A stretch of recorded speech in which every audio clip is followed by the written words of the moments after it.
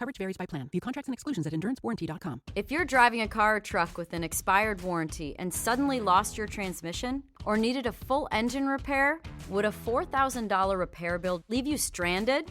I'm Danica Patrick. Don't get caught off guard with a vehicle breakdown. Choose the company I trust, Endurance. No matter the mileage, if your vehicle is less than 20 years old, Endurance offers comprehensive auto protection plans for any budget. Protection on the drivetrain, electrical, transmission, AC, and more. Plus, benefits like 24/7 roadside assistance and rental car reimbursement on any plan.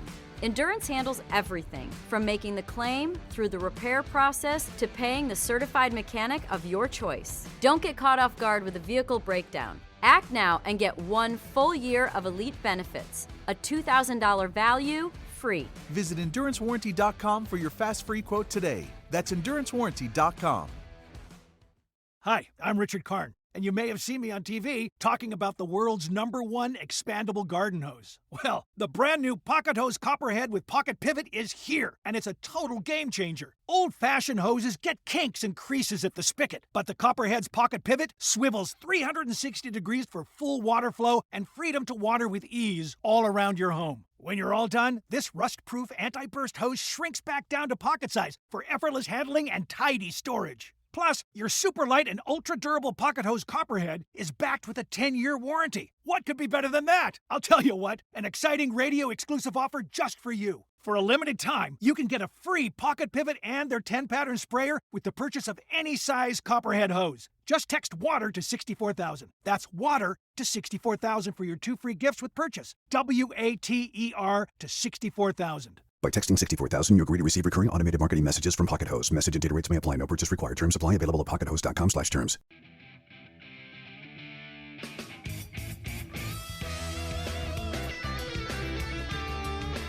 Welcome to the Law Enforcement Talk Radio Show. In the Law Enforcement Talk Radio Show, we are joined by special guests talking about their experiences, the realities of investigating crimes, plus those who have experienced horrendous trauma. Police, first responders, military, and victims of crime share their stories. Hi, I'm John J. Wiley. In addition to being a broadcaster, I'm also a retired police sergeant. Be sure to check out our website, letradio.com, and also like us on Facebook. Search for the Law Enforcement Talk Radio Show. Calling us from Vermont, we have Charlotte Bismuth on the phone. Charlotte is a former Manhattan prosecutor for the district attorney's office and also the author of the book. I'm going to read the title for you. It's a great title. Bad Medicine, Catching New York's Deadliest Pill Pusher. Charlotte, thanks so much for being a guest on the Law Enforcement Show. Very much appreciated. Thank you so much for having me. I'm very honored to be on this show. I think you might be the second prosecutor I've had on the show. I jokingly say this all the time. I don't get along with lawyers. Prosecutors are an exception. And there were times, and we'll go over it later on, but there are times where police and prosecutors had a little bit of animosity towards each other. Not all the time, but we'll talk about that later. First, your book, Bad Medicine, Catching New York's Deadliest Pill Pusher. It's available for purchase now. Where can people buy it? You can order it on IndieBound, which will send you to your closest independent bookstore. Of course, it'll also be on Amazon, Barnes & Noble, and anywhere else that books are sold. Awesome. And it basically, the title is self-explanatory. It's about catching a New York pill pusher. Was this a doctor? It was. He was a pain management doctor who had his clinic open only on the weekends. During the week, he was an anesthesiologist in a New Jersey teaching hospital. We became aware that he was selling prescriptions from his weekend clinic and started an investigation in 2010 that ended up lasting 4 years. Ultimately, he was convicted of manslaughter for the overdose deaths of 2 patients. So he was not only a doctor, but he was a doctor who knew what he was doing, who could have done better, and who ultimately is now known for being the first doctor in New York State to have been held accountable for overdose deaths. It sounds to me like he was convicted at trial. He was. We had a 4-month trial, which felt like 40 years. We presented 72 witnesses and laid out a very complicated scheme of insurance fraud, also the reckless endangerment of a number of patients, dozens of sales of prescriptions in exchange for cash, and financial records that showed that he had accumulated over $500,000 in cash in just 4 years. That's an amazing amount of money. All too often, people get the idea in their head when you talk about drug dealers. And my experience working narcotics as a cop in Baltimore, there was street-level narcotics enforcement, and then I progressed and wound up being detailed to DEA, going after very organized, very violent Jamaican cocaine organizations that had their roots all the way down to Miami, Jamaica, up through Baltimore, parts of Philly, and New York as well. Now, when we say drug dealers, that's what people think of. They imagine it. Quite often, we don't get the idea that a drug dealer would be the doctor in the white lab coat. Absolutely, and that was a tough issue in the beginning of the case. Even for me, I have to admit, I had only worked one prescription pill case before this one. The complaint landed in my hand unexpectedly one day. When I saw that it was a doctor, my first thought was, well, am I the right person to be handling this? We're a prosecutor's office. We're not a medical oversight agency. Aren't there people in the state whose job it is to make sure that doctors are prescribing the right medication? So really the first question was, was there a crime? And when we realized that there was, then the issue was, well, do the laws really have doctors in mind? And that was another big hurdle. And the fact is that you're right. People, even legislators at the time, did not contemplate that doctors would betray the trust of the public, of the government, of their patients, and exchange prescriptions for cash. And I've read and I've seen many reports of doctors writing prescriptions for opiates in return for sexual favors. I've seen all kinds of things. And I'll be honest with you, Charlotte, it's shocking when I see it. And part of me says I hold them to a higher standard. We've had lawyers do shady things. We have police do shady things. And when they do those things, I personally, in the area of the police, when they violate the public trust, I'm offended and I'm angry. And so when I look at doctors doing this, I'll be honest with you, I don't have a point of reference to say, oh, yeah, I can understand. But it seems shocking, but I'm not surprised. I hear you. And, I think I definitely agree with you that any public servant is held to a higher standard. With doctors, I think it's even tougher because they swear an oath to do no harm. We trust them with our children. We trust them with our elders. We trust them with the most vulnerable people emotionally and physically in our community. The government licenses them to allow them to put out there these medications that, if misused or put into the wrong hands, can have devastating effects. So it really felt like a betrayal. And I think all of us on the team, we built an incredible team. This was absolutely a team effort between attorneys. I was the initial ADA on the case. I was joined by a senior ADA who'd prosecuted homicides for 20 years. I was joined, most importantly, by my partner in the investigation, Joe Hall, who was a veteran NYPD homicide detective.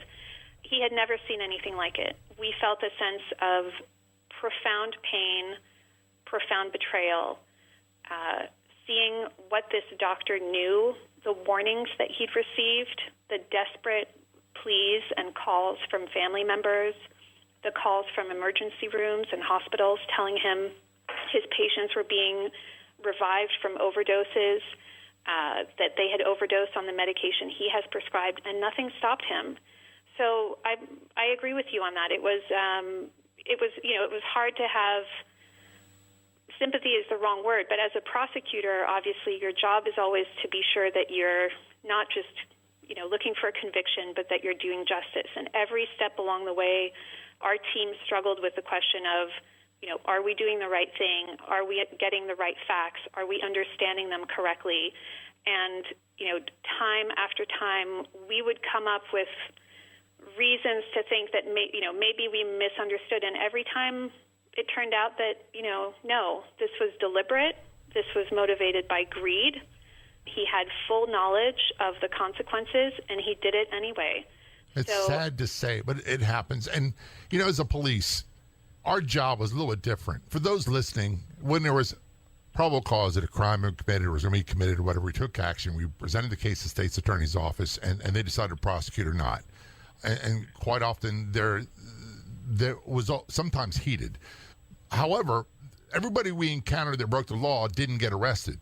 And when we return, we're going to talk more about that. We're going to talk more about the discretion used and how you pursue this investigation. This is a Law Enforcement Today show. We're talking with Charlotte Bismuth. She is a former prosecutor from Manhattan DA's office and also the author of the book, Bad Medicine, Catching New York's Deadliest Pill Pusher. There's a couple ways you can stay in touch and keep informed of what's going on with the Law Enforcement Talk radio show. Number one, go to our website, letradio.com. Sign up for our email newsletter. It's real easy to find. I promise we don't spam you.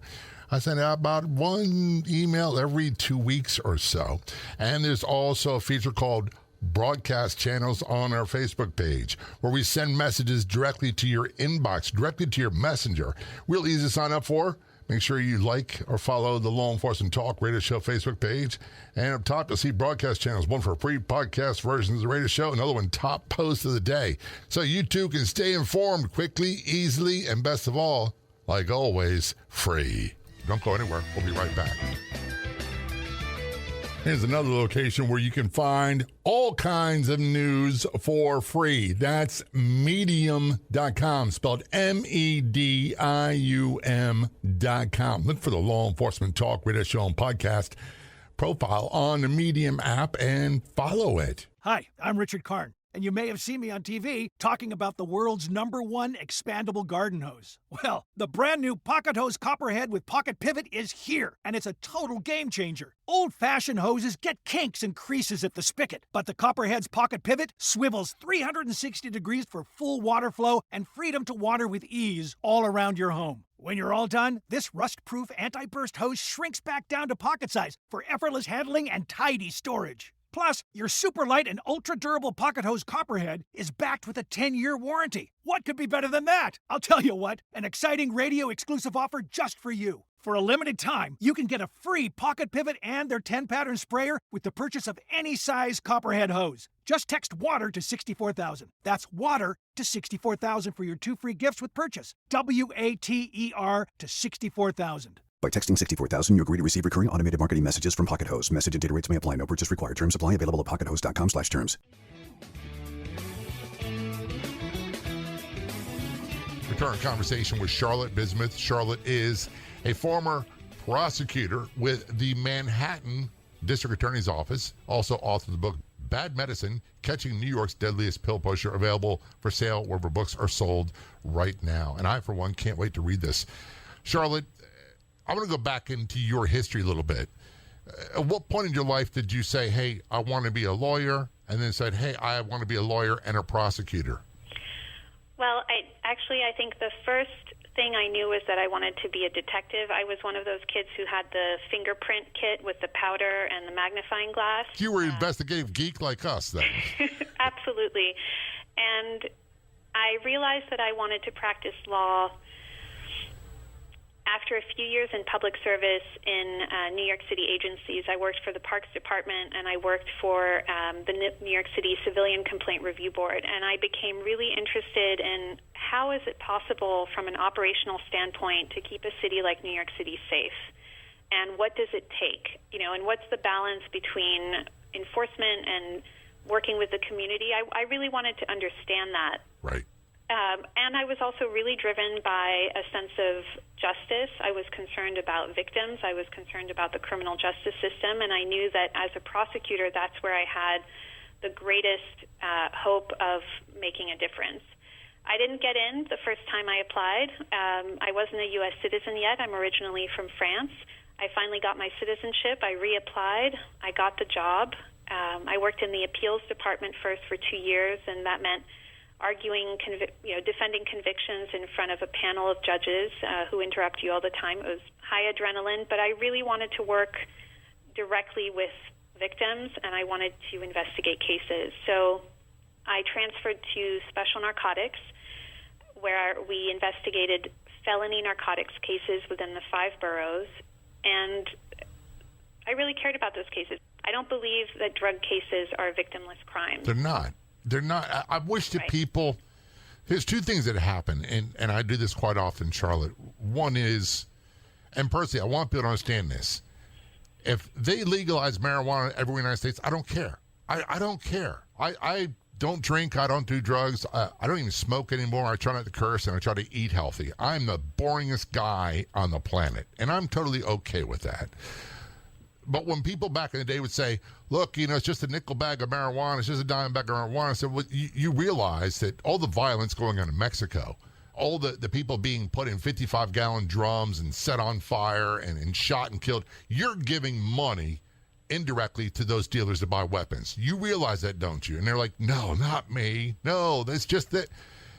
And the other aspect is, if people could see what it does to neighborhoods, I remember vividly policing in Baltimore, and people would tell me, look, at 4 o'clock in the summertime, we got to go inside because I don't dare let my kids be in the front yard or front porch because the guns come out, the drug slingers come out, and the bullets start flying. It's just not safe. People don't see that.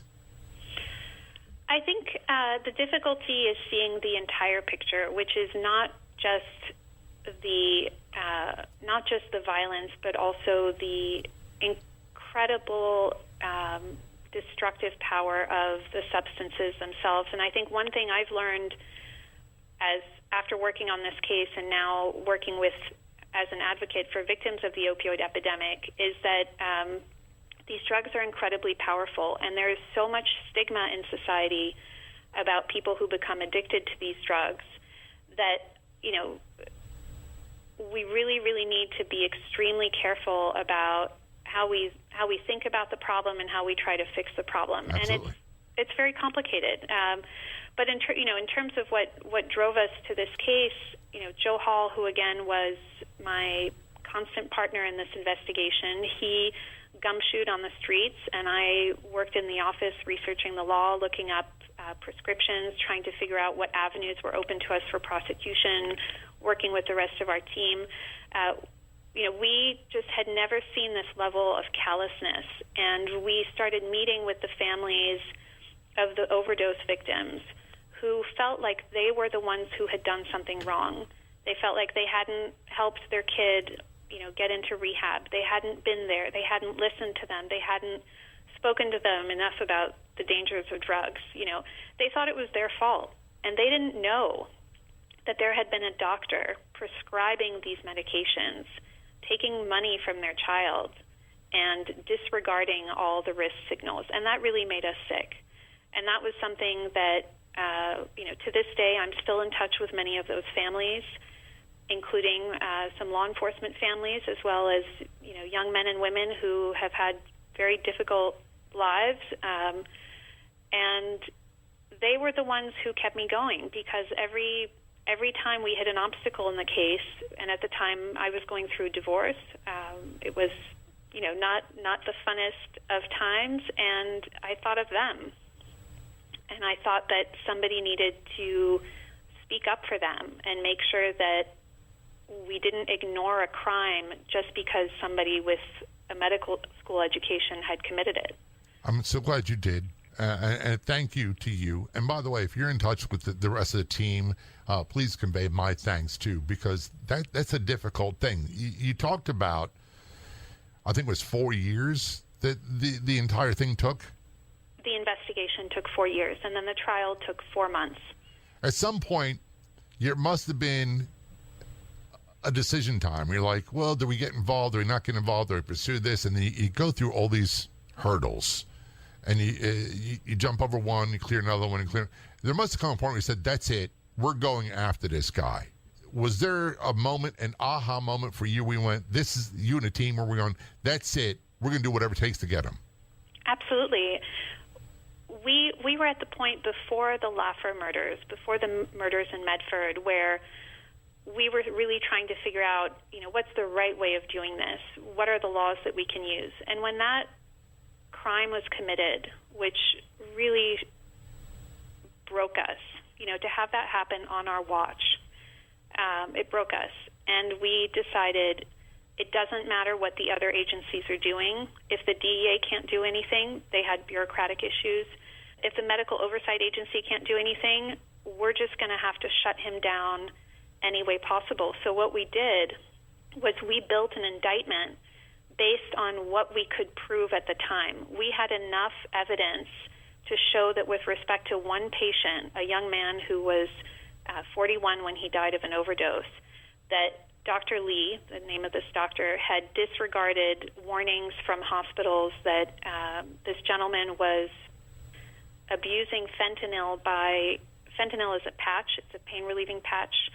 It's sold as Duragesic, and what he was doing was that he was sucking the medication out of the patch and overdosing on it. It is incredibly potent. We're going to take a short break. We're talking with Charlotte Bismuth. Charlotte is former prosecutor for Manhattan District Attorney's Office and also author of the book Bad Medicine, Catching New York's Deadliest Pill Pusher. You can find us on Facebook. Look for and like the Law Enforcement Talk Radio Show Facebook page. Don't go anywhere. We'll be right back.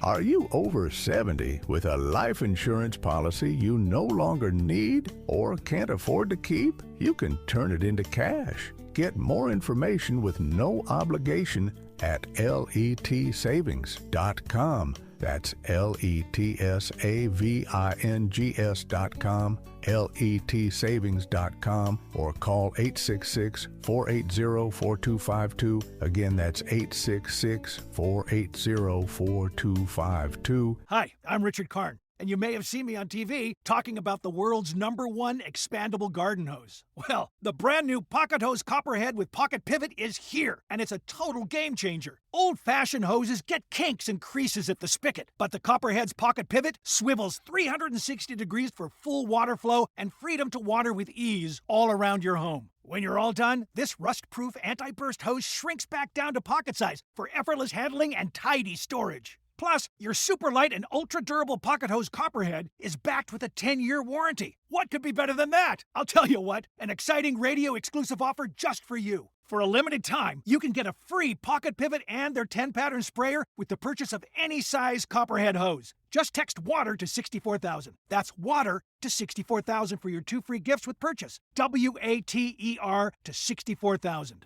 By texting 64,000, you agree to receive recurring automated marketing messages from Pocket Hose. Message and data rates may apply. No purchase required. Terms apply. Available at pockethose.com/terms.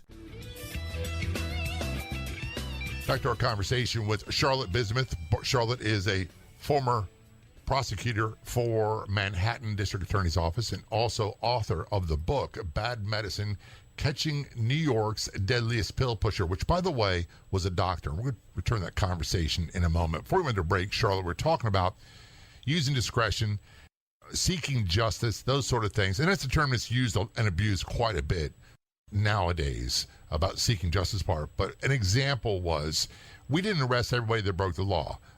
I worked in very high crime areas of the city, and there were older people in particular, that used to walk to the grocery store. They always carried a little Saturday night special gun in their pocket that wasn't registered. These people weren't criminals. They weren't bad guys. They weren't out looking to rob people. We left them alone. Then you had some people that maybe got in trouble when they're 18 and shouldn't have had a gun, but they lived in a really bad area, and here they are 45 or 50 with a family, and they kept one in the house for protection.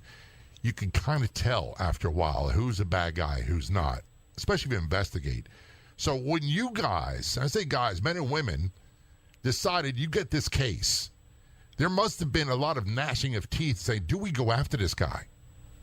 Absolutely. And, I didn't ever trust myself to know who was a bad guy, who was a good guy or woman, or because I always had to remind myself to get down to the facts. That was my job as a prosecutor. Mm-hmm. And in this case, the first part of the case, we struggled with, do the laws even see this as a crime? Why aren't the medical oversight agencies doing anything about this guy?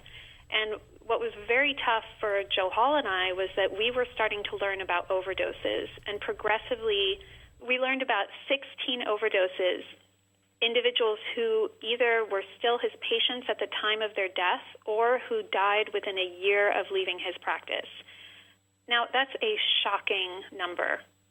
shocking number. And as Joe and I uncovered these deaths one by one, with every single one, we got the autopsy reports, we spoke to family members, we tried to come up with a system for determining which ones we could charge and which ones we couldn't, but we really felt like we were walking in untreaded territory. There was no roadmap for this, and we had to develop systems to review data, systems to investigate a homicide where the person had been dead and buried for years and nobody had assumed that this was a crime. It was hard. It was very hard. And what drove us, day after day was that we saw that there was a public health emergency. We saw that he was abusing his position, abusing the trust of the public, profiting from the misfortune of others. And Joe and I were never going to stop. And ultimately, a turning point in the case, I don't know if you remember the Medford murders when David Laffer, a young man who was addicted to hydrocodone, went into a pharmacy in Medford, Long Island, and murdered 4 people in cold blood. Yes, I do. Well, he was a patient of Dr. Lee. And the day that I heard about that case was one of the worst days of my life. And I went into the office. My forensic analyst was in there with me. Our boss, at the time I was at the Office of the Special Narcotics Prosecutor run by Bridget Brennan, who is an incredible force in this fight.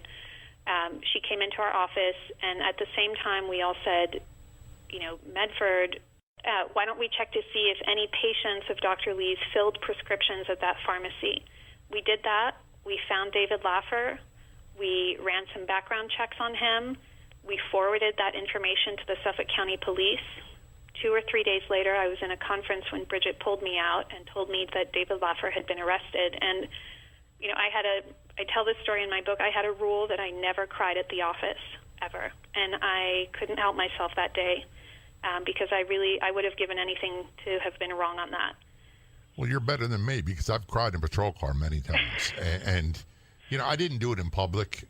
The only exception being would be like police funerals. And there were some scenes where little ones were killed or severely injured that just really hit. We had a job to do. So you had the emotions later on. At least I did. I want to say this very quickly. The opiate problem is so large, and so many people out there have become addicted. You have a couple orthopedic surgeries. It doesn't matter your walk of life, and you're prescribed these heavy-duty opiates, and you get a real problem very, very quickly. If you know someone like that, I highly recommend you contact Transformations Treatment Center in Delray Beach, Florida, 888-991-9725, online at transformationstreatment.center. Doesn't matter. Police, they've got a special program for law enforcement, first responders, military, for PTSD-related symptoms and substance abuse, but every walk of life has been affected by this. And back to the pill mills. I remember when they started popping up. That's what we called them. I think Kentucky was big for it. Florida was big. A few other states. I never thought of New York City. I never thought of New York State. I keep going back to this thing of we think of the drug dealer being some guy in a seedy, rundown, tough area. And those do exist. But we forget about the doctors who put people to sleep for a living. And one of the big red flags should have been that he was an anesthetist during the week, and then he had weekend office hours at a pill mill. It was cash only. That right there is a huge red flag. Well, even worse than that, he made $300,000 to $400,000 a year as an anesthesiologist, but that wasn't enough for him. Where do I sign up for that kind of money? Look, I'd be fine on that. Well, I think that affected the jury when they heard about that because he didn't have to open up this clinic. He wasn't doing pain management out of the goodness of his heart. But, to go back to your question about pill mills, that's a very fair point, and actually that's something that we thought about a lot because the typical pill mill is a clinic where not only the doctors prescribe the drugs, but they actually dispense the pills right there, which is allowed in certain states and not generally allowed in New York State. So we were dealing with a very different case, which was another obstacle at the beginning where we thought, well, can we prosecute this doctor? He's not giving the pill to the patient. He's writing a prescription, and then the patient goes to the pharmacy, gets the pill, and then the patient may take more than they were prescribed. Right. And there was a lot of debate about who's responsible for that. And our position over and over again was he is the one who has the knowledge. He went to medical school. He was trained in the opioids. He was even trained in how to treat opioid dependence and addiction, and yet he did it anyway, and he did it in exchange for money, and he did it even when he knew that their lives were at risk. And didn't care. He didn't care. That's the thing. That's the real thing that bothers me. And look, there are people, you've seen it when you're practicing as a prosecutor. Every police I've known have seen it, and most people I know have seen it to some degree or another. We have a lot of people that just don't care about the welfare of their fellow man. I don't consider myself to be one of them. And most police I know were not one of them either. And by the way, most prosecutors definitely were not one of them. Because unlike what you see on television, the prosecutors don't make a lot of money either. And they work long hours. It's a thankless job. It's a tough job. And the difference between you and policing is I didn't have to go to school for like 87 years. Right. And, I will say I found that I never knew from someone's profession. I met defense attorneys who were as committed as I was to caring about victims. Because sometimes a defendant in one case is a victim in another. There's a saying, you don't choose your victims. We got to take a short break. We're talking with Charlotte Bismuth. She is a former prosecutor and author of a great book. We used to have an app, and it was a very popular app. And then, guess what? We couldn't hold a candle to our Facebook presence. How many people have the mobile Facebook app already installed on their phone? How many people use it on their computer? Make sure you follow us. Make sure you like us on our Facebook page. Just search for Law Enforcement Talk Radio Show and Podcast, and be sure to send us a comment to one of the posts. Best of all, it's 100% free. This is Law Enforcement Show. Don't go anywhere. We'll be right back. Time is running out to secure the Medicare coverage you deserve. Whether you're enrolling for the first time or looking for a better plan, our experts help you compare options to get more benefits, lower costs, and keep your doctors, all for free. Visit LEThealthy.com, LETHEALTHY.com. That's LEThealthy.com, or call 866-427-1225, 866-427-1225 to learn more. Hi, I'm Richard Karn, and you may have seen me on TV talking about the world's #1 expandable garden hose. Well, the brand new Pocket Hose Copperhead with Pocket Pivot is here, and it's a total game changer. Old-fashioned hoses get kinks and creases at the spigot, but the Copperhead's Pocket Pivot swivels 360 degrees for full water flow and freedom to water with ease all around your home. When you're all done, this rust-proof anti-burst hose shrinks back down to pocket size for effortless handling and tidy storage. Plus, your super light and ultra-durable Pocket Hose Copperhead is backed with a 10-year warranty. What could be better than that? I'll tell you what, an exciting radio-exclusive offer just for you. For a limited time, you can get a free Pocket Pivot and their 10-pattern sprayer with the purchase of any size Copperhead hose. Just text WATER to 64,000. That's WATER to 64,000 for your 2 free gifts with purchase. WATER to 64,000. By texting 64,000, you agree to receive recurring automated marketing messages from Pocket Hose. Message and data rates may apply. No purchase required. Terms apply. Available at pockethose.com/terms. Return our conversation with Charlotte Bismuth. Charlotte is, I'm honored to have her here. She's a former Manhattan District Attorney's Office prosecutor, also author of the book, Bad Medicine, Catching New York's Deadliest Pill Pusher, who is, by the way, a doctor, a medical doctor. We'll talk more about that in a moment. And she's originally from France. You must be the first person from France I've ever had on the show. Well, good. I hope I'm doing a good job representing my homeland. You're busting all kinds of stereotypes right now. I think if you dig down deep enough, nobody's a stereotype. Isn't that the funny thing? That's another reason why I do the show, because there's so many stereotypes presented by Hollywood, TV, movies, social media, news about police. And by the way, there's quite a few about prosecutors. If you watch these shows, Law and Order, they've always got these certain people that fit a mold.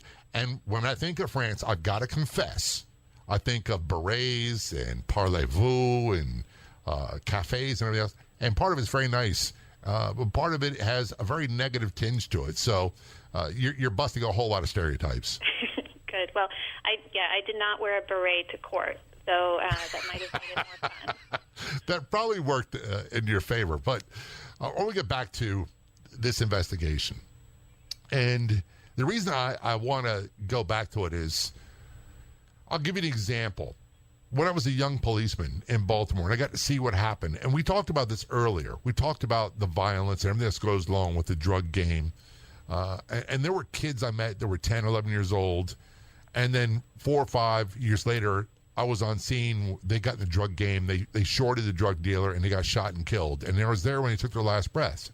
And that's one of those times where you cried in a police car. It is.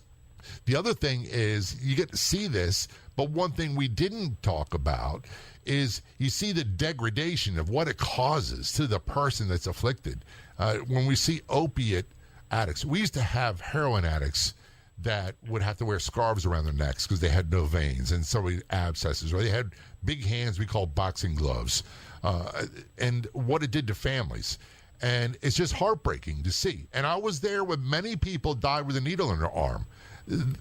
That's all a part of what happens. And it's the same when the drug comes from a doctor, a malicious doctor like this guy, or the street pusher. It's devastating, and I'm sorry that you saw that. And I think of every single one of those people that you have in your mind had a family and a mom and a dad, and that's devastating. Yeah, it is. One of the difficulties I think has been that with the opioid epidemic, we've realized that there are also some lines that are blurred. And what the cases against doctors make really clear is that there are people who are selling only for profit. When someone is addicted to these drugs, to me at least, that is something that is a different story, because I understand the power of this addiction and the destructive force of these drugs. But a doctor who has the education and the means and the resources and who is really doing it for profit, that to me is truly a drug dealer. Yeah, and it represents, when they do it for cash and they don't care, it represents the worst of the worst. And by the way, there are so many people that develop drug addictions, and I'm as guilty as the next person coming up with. Sometimes I have this thought that right now as we speak, there's someone trying heroin for the first time. And I'm thinking, what are they, stupid? They think they're going to be the one that's going to be okay with it? But I lose track of, I had a guest on the show, was a motorcycle cop, was in a very bad accident, almost lost their leg, had multiple, maybe 30 orthopedic surgeries, and they were prescribed the oxys, the hydrocodones, all the heavy hitter stuff, and they developed a problem. I want to tell people out there listening right now, I don't care who you are. If you're prescribed these long enough and you take them long enough, you're going to have a problem, and it's going to devastate your entire life. That's right. I have 4 kids. I had them by C-sections, and I was sent home with oxycodone. And at the time, with my 3rd one, we had just finished the trial, and I remember looking at the doctor and thinking, where have you been for the past 10 years, right? Haven't you understood that sending somebody who is recovering from surgery, may have postpartum anxiety or depression, sending somebody home with this is, it's like a Russian roulette. And it's so true. I used to, when we interviewed victims in our case with Joe, it was so important to us to always understand who the person was deep down, not see them through their addiction, not right. see them through what they had done. And I can tell you some of the bravest people that I have ever met are people who pushed through an incredible struggle against these pills to report the doctor to the police, to testify at trial, and to stand up for people who could no longer speak for themselves. And I will never forget the bravery that I witnessed. There was one young woman whose father actually had been a police officer who had committed suicide in front of her when she was 4. She had a very difficult life, and this doctor kept prescribing to her even though she told him that she wanted to commit suicide with the pills. And she testified at court, and she testified holding a stuffed animal in her arms, and she's the bravest person I've ever met. And there's so many people that recover. And that's the other thing. Where I live here in parts of Florida, it's like the second largest recovering community in the United States. I think second to Minneapolis, St. Paul. And there are people that you would never know that they were so far gone on drugs or alcohol 10, 15, 20 years ago. You would never know, looking at them today, that they had a serious problem. There's so many people that recover from this.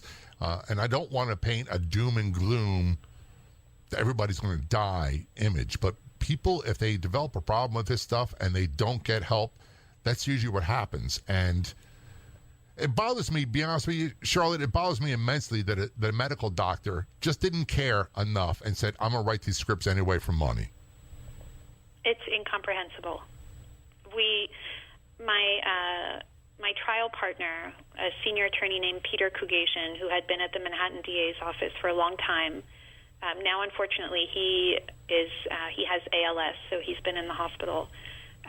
He used to tell me, as did Joe, he'd never seen anything like it, and to this day he still tries to understand what this doctor was thinking and what motivated him. We never understood. And at sentencing, the doctor, he was sentenced to 10 to 20 years. He made a statement where he denied any responsibility, and all he could say to the families was, I'm sorry for the loss. But he never admitted what he did, and it was painful. It didn't prevent one of the moms from standing up and saying that she forgave him. And that, I think, goes to the point you just made, which is that, one of the really important parts of recovery, I think, on a personal level for people struggling for addiction, but also on a national level for all of us having gone through this opioid epidemic, is accountability. When you stand up for what's right, when you report something that you see that's wrong, when you have the courage to come and testify, even though it's the hardest thing you've ever done, when you fight to get closure for some families who have been struggling, it helps. It's incredibly hard. It's draining, but it helps, and it helps people move forward. And I think if there's any message that I want to get across with this book, is that working together, we can help people on an individual level, but I think we can also take stock of the incredible loss that we all suffered, and and try to move forward. A big clap on the back for you and your team. You can always say we did something. And I know that there are 100 other ones that popped up after this guy, but you guys did something. Your book, Bad Medicine, Catching New York's Deadliest Pill Pusher, where is it available for sale now? It's available on IndieBound if you're online, which is a service that will connect you to your local bookstore. I really believe in supporting our local small businesses. It's also on Amazon, it's on Barnes & Noble, and it'll be on Kindle.